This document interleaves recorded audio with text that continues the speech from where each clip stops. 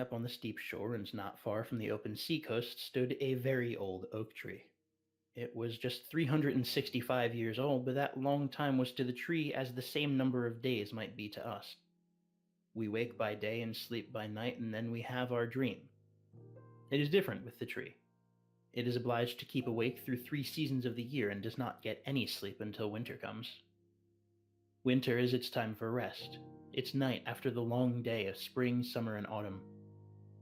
On many a warm summer, the ephemera, the flies that exist only for a day, had fluttered about the old oak, enjoyed life and felt happy, and if, for a moment, one of the tiny creatures rested on one of his large, fresh leaves, the tree would always say, "Poor little creature, your whole life consists only of a single day. How very short. It must be quite melancholy." "Melancholy? What do you mean?" the little creature would always reply. "Everything around me is so wonderfully bright and warm and beautiful that it makes me joyous." "But only for one day, and then it is all over." "Over?" repeated the fly. "What is the meaning of all over? Are you all over too?" "No, I shall very likely live for thousands of your days, and my day is whole seasons long. Indeed, it is so long that you could never reckon it out." "No? Then I don't understand you. You may have thousands of my days, but I have thousands of moments in which I can be merry and happy. Does all the beauty of the world cease when you die?" "No," replied the tree. "It will certainly last much longer, infinitely longer than I can even think of." "Well then," said the little fly, "we have the same time to live, only we reckon differently."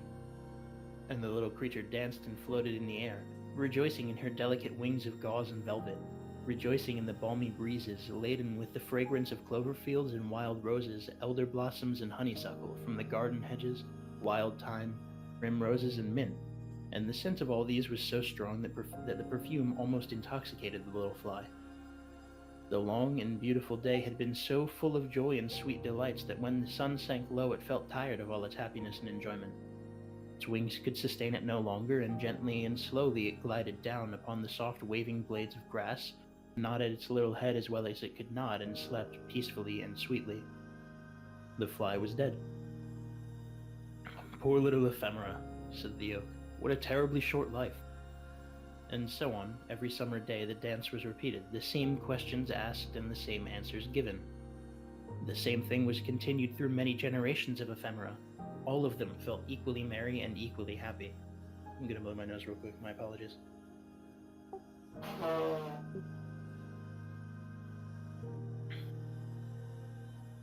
The oak remained awake through the morning of spring, the noon of summer, and the evening of autumn. Its time of rest, its night, drew nigh. Winter was coming. Already the storms were singing, "Good night, good night." Here fell a leaf and there fell a leaf. "We will rock you and lull you. Go to sleep, go to sleep. We will sing you to sleep and shake you to sleep, and it will do your old twigs good. They will even crackle with pleasure. Sleep sweetly, sleep sweetly. It is your 365th night. Correctly speaking, you are but a youngster in the world. Sleep sweetly, the clouds will drop snow upon you, which will be quite a coverlid, warm and sheltering to your feet. Sweet sleep to you and pleasant dreams." And there stood the oak, stripped of all its leaves, left to rest during the whole of a long winter and dream many dreams of events that had happened in its life, as in the dreams of men. The great tree had once been small. Indeed, in its cradle it had been an acorn. According to human computation, it was now in its 4th century of its existence. It was the largest and best tree in the forest. Its summit towered above all the other trees and could be seen far out at sea, so that it served as a landmark to the sailors. It had no idea how many eyes looked eagerly for it.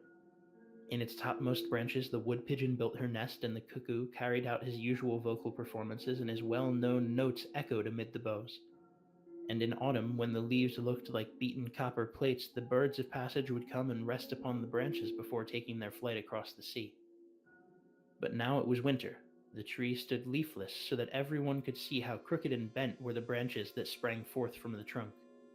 Crows and rooks came by turns and sat on them, and talked of the hard times which were beginning, and how difficult it was in winter to obtain food. It was just about Holy Christmas time that the tree dreamed a dream. The tree had, doubtless, a kind of feeling that the festive time had arrived, and in his dream fancied he heard the bells ringing from all the churches round, and yet it seemed to him to be a beautiful summer's day, mild and warm.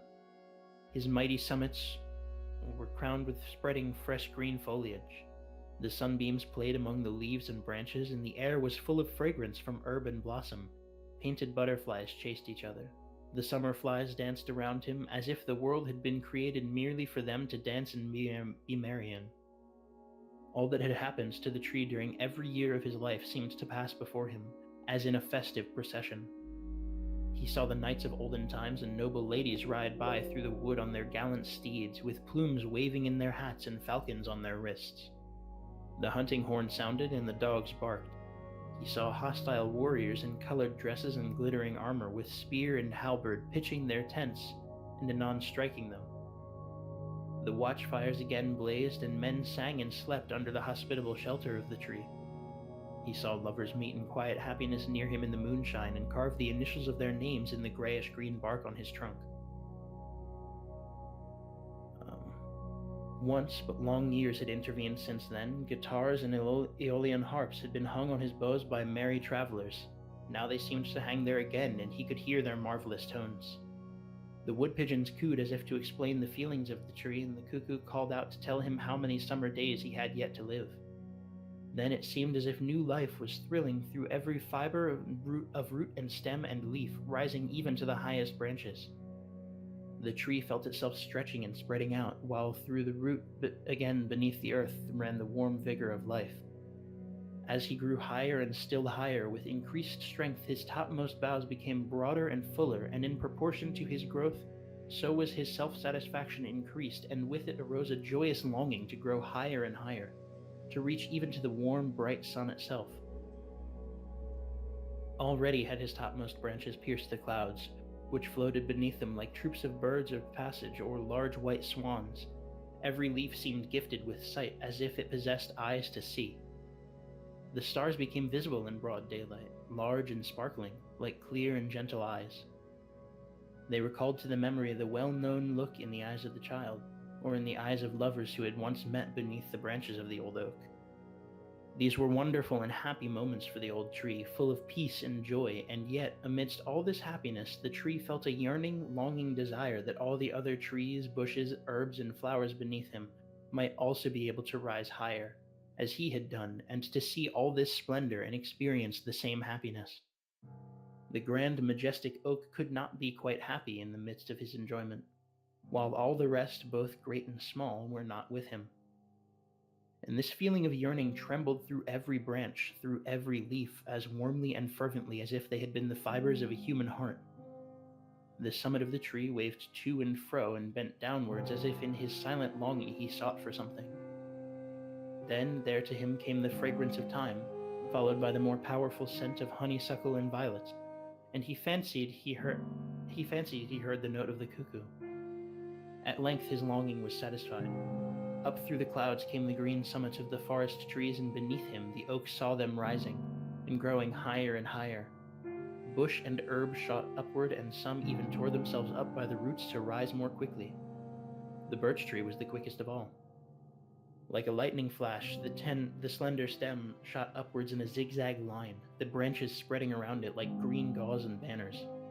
Every native of the wood, even to the brown and feathery rushes, grew with the rest, while the birds ascended with the melody of song. On a blade of grass that fluttered in the air like a long green ribbon sat a grasshopper, cleaning his wings with his legs. May beetles hummed, the bees murmured, the birds sang, each in his own way. The air was filled with the sounds of song and gladness. "But where is the little blue flower that grows by the water?" asked the oak. "And the purple bellflower, and the daisy?" You see, the oak wanted to have them all with him. Here we are," sounded in voice and song. "But the beautiful time of last summer, where is that?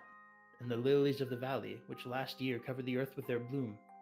And the wild apple tree with its lovely blossoms, and all the glory of the wood which has flourished year after year? Even what may have but now sprouted forth could be with us here." We are here," sounded voices higher in the air as if they had flown there beforehand. "Why, this is beautiful. Too beautiful to be believed," said the oak in a joyful tone. "I have them all here, both great and small. Not one has been forgotten. Can such happiness be imagined?" It seemed almost impossible. "In heaven with the eternal God it can be imagined, and it is possible," sounded the reply through the air. And the old tree, as it grew still upwards and onwards, felt that his roots were loosening themselves from the earth. "It is right, so it is best," said the tree. "No fetters hold me now. I can fly up to the very highest point in light and glory, and all I love are with me, both small and great. All are here." Such was the dream of the old oak, and while he dreamed, a mighty storm came rushing over land and sea at the holy Christmas time. The sea roiled in great billows towards the shore. There was a crackling and crushing heard from the tree. The root was torn from the ground just as the moment when in his dream he fancied it was being loosened from the earth. He fell. His 365 years were past as the single day of the ephemera. On the morning of Christmas Day, while the sun rose, the storm had ceased. From all the churches sounded the festive bells, and from every hearth, even of the smallest hut, rose the smoke into the blue sky, like the smoke from the festive thank offerings on the Druids' altars. The sea gradually became calm, and on board a great ship that had withstood the tempest during the night, all the flags were displayed, as a token of joy and festivity. "The tree is down! The old oak, our landmark on the coast!" exclaimed the sailors. "It must have fallen in the storm of last night. Who can replace it? Alas! No one." This was a funeral oration over the old tree, short but well meant. There it lay stretched on the snow-covered shore, and over it sounded the notes of a song from the ship, a song of Christmas joy and of the redemption of the soul of man, and of eternal life through Christ's atoning blood. "Sing aloud on the happy morn, all is fulfilled, for Christ is born. With songs of joy let us loudly sing, hallelujahs to Christ our King." Thus sounded the old Christmas carol, and everyone on board the ship felt his thoughts elevated, through the song and the prayer, even as the old tree had felt lifted up in its beautiful dream on that Christmas morn. I believe that's the end.